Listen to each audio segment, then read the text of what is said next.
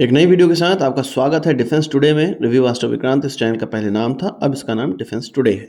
अपनी सबसे पहली खबर की बात करेंगे एचएएल और सैप के जॉइंट वेंचर की तरफ से, या आप कह सकते हैं कि एक टेक्नोलॉजी ट्रांसफ़र की तरफ से निकलकर सामने आ रही है, जो कि लेज़र वार्निंग सिस्टम से रिलेटेड है, LWS 310 से रिलेटेड है।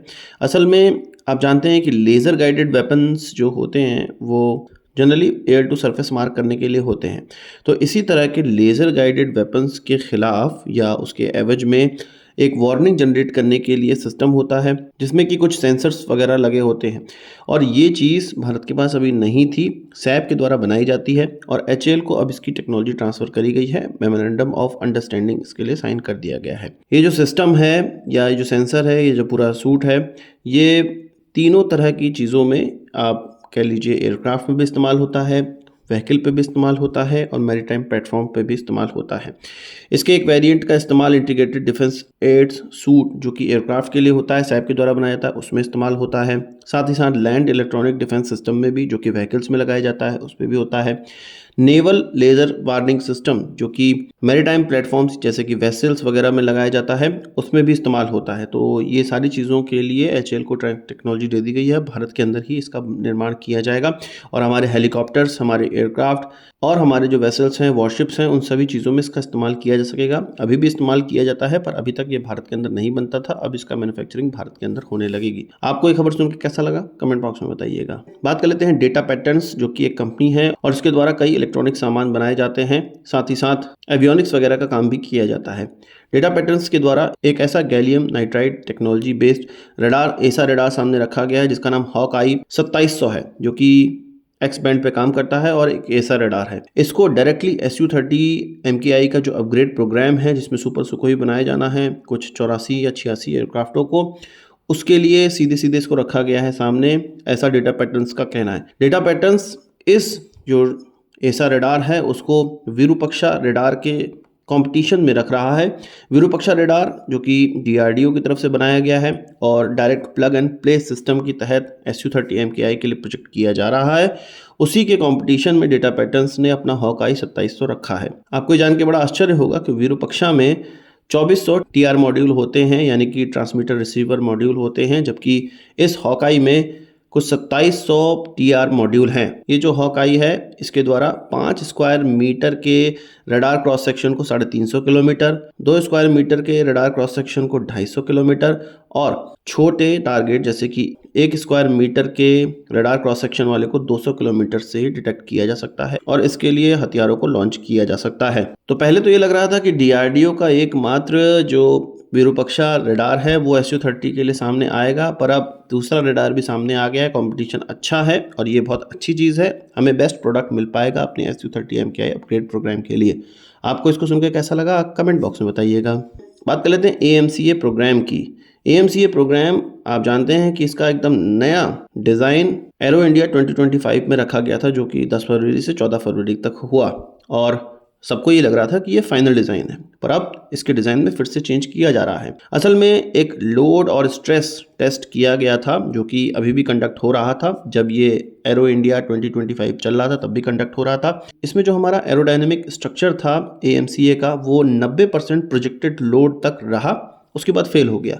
और हमारी जो टीम का जो उद्देश्य है वो एयरफ्रेम को पूरे के पूरे 100% लोड बेयरिंग कैपेसिटी तक ले जाना है। इसमें जो AMCA पर हवा का दबाव पड़ेगा, इसमें जो वेपन्स का लोड होगा, उन सारी चीज़ों को लेकर जो हमारा स्ट्रक्चर है वो पूरी अपनी 100% कैपेबिलिटी के साथ काम करे, ये सारी चीज़ों का टेस्ट किया जा रहा है और अभी फिर से इसका क्रिटिकल डिज़ाइन रिव्यू होने वाला है। अभी जो इससे पहले क्रिटिकल डिज़ाइन रिव्यू हुआ था उसके तहत जो स्ट्रक्चर बना था 90% तक लोड बेयर कर पाया। अब इसका दूसरा क्रिटिकल डिज़ाइन रिव्यू होगा जिसमें कि 100% इस चीज़ को प्राप्त किया जाएगा। ये जो लोड टेस्ट किया जा रहा है वो फाइनाइट एलिमेंट मेथड के माध्यम से किया जा रहा है, जो कि एक न्यूमेरिकल टेक्निक है, जिसमें कि इंजीनियर लोग ये सिमुलेट करते हैं कि एयरक्राफ्ट का स्ट्रक्चर किस प्रकार से बिहेव करेगा डिफरेंट लोड कंडीशन में। इसमें जो कॉम्प्लेक्स स्ट्रक्चर होता है उसको सिंप्लीफाई करके उसको ब्रेक किया जाता है और हर एलिमेंट पे जो दबाव बन रहा है और वो पूरी तरह से एयरक्राफ्ट में कैसे दबाव बनाएगा, कैसा उसका लोड बनाएगा, ये सारी चीज़ों का एक न्यूमेरिकल माध्यम से कैलकुलेशन की जाती है, टेस्ट किया जाता है। तो इसी के तहत अभी पूरी तरह से हम लोग प्राप्त नहीं कर पाए हैं और अब फिर से इसका नया क्रिटिकल डिज़ाइन रिव्यू होगा जिसमें कि नए डिज़ाइन पर काम किया जाएगा, या आप कह सकते हैं कि थोड़ा डिज़ाइन मॉडिफिकेशन हमें देखने को मिल सकता है। आपका इस खबर को सुनकर कैसा लगा कमेंट बॉक्स में बताइएगा। बात AMCA की चली है तो मार्टिन बेकर के द्वारा अपने MK18 इजेक्शन सीट को AMCA के लिए और टेड BF के लिए रखा गया है सामने। ADA के साथ कोलेब्रेशन चल रहा है और ADA और DRDO की तरफ से ये कह दिया गया है कि इसी सीट का इस्तेमाल किया जाएगा, इसको टेलर मेड किया जाएगा अपने AMCA प्रोग्राम के लिए। मतलब इस सीट में जो टेक्नोलॉजी इस्तेमाल होगी, चाहे वो इजेक्शन की टेक्नोलॉजी हो या मैक्सिमम स्पीड क्या होगी इजेक्शन की, पैरासूट कौन सा होगा, इजेक्शन सीट किस वेरिएंट का इस्तेमाल किया गया, सारी चीज़ें क्लियर हो चुकी हैं। बस इसके डिज़ाइन को इस प्रकार से करना है कि वो हमारे कॉकपिट में आसानी से फिट हो सके, जो AMCA का कॉकपिट है, और जो कैनोपी वगैरह है उसे टकराए ना, आसानी से हेड क्लियरेंस रहे, पैरों का क्लियरेंस रहे, वो सारी चीज़ें पूरे पायलट को हमारे कंफर्ट मिले। बस इन सारी चीज़ों के लिए उसको ढालना है मार्टिन बेकर के द्वारा। और ये क्लियर हो गया है कि किस सीट का इस्तेमाल किया जाएगा, MK18 इजेक्शन सीट का इस्तेमाल किया जाएगा।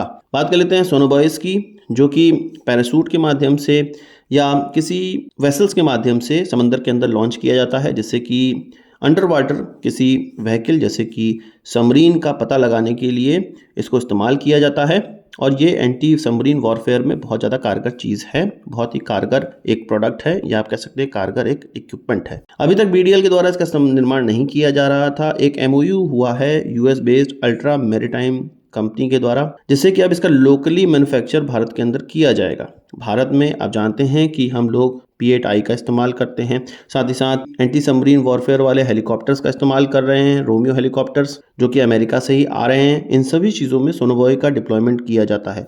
तो सोनोबॉयस हम लोग बाहर से खरीद रहे थे, अब इसका भारत के अंदर ही निर्माण होगा। इस चीज़ में बहुत ज़्यादा खुशी की ऐसी बात नहीं है, जो क्रिटिकल कंपोनेंट है वो बाहर से ही आएंगे। हमारा ये है कि जो हमारे सस्ता लेबर चार्जेस होता है या हमारे जो लोग हैं सस्ते में काम कर देते हैं, तो ये प्रोडक्ट हमारे वहाँ सस्ते में बनेगा। रॉयल्टी तो हमें पे करनी पड़ेगी, और जब कोई क्रिटिकल समय आएगा तो हो सकता है इसके क्रिटिकल कंपोनेंट का सप्लाई US रोक भी दे।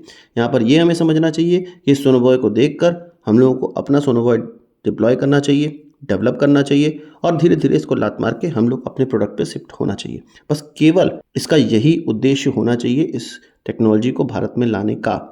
इस पे डिपेंडेंसी बिल्कुल नहीं रखनी चाहिए, और US पे डिपेंडेंसी तो बिल्कुल भी नहीं रखनी चाहिए। धीरे धीरे प्रोडक्ट को भारत के अंदर बनाओ और उसकी कॉपी करके भारतीय प्रोडक्ट में डेवलप करो, यही हमारा टारगेट होना चाहिए। आपको क्या कहना है कमेंट बॉक्स में बताइएगा। आज की इस वीडियो के लिए बस इतना ही। आशा करता हूँ कि वीडियो पसंद आया होगा, आपको एक बड़ा आंसर जरूर देंगे। इस वीडियो संबंधित सवाल सुझाव हो कमेंट बॉक्स में जरूर लाइएगा, और यदि आपने हमारा चैनल सब्सक्राइब नहीं किया उसे भी कर लीजिए, क्योंकि हम इस प्रकार की वीडियो लाते रहते हैं। नमस्कार, थैंक यू, जय हिंद।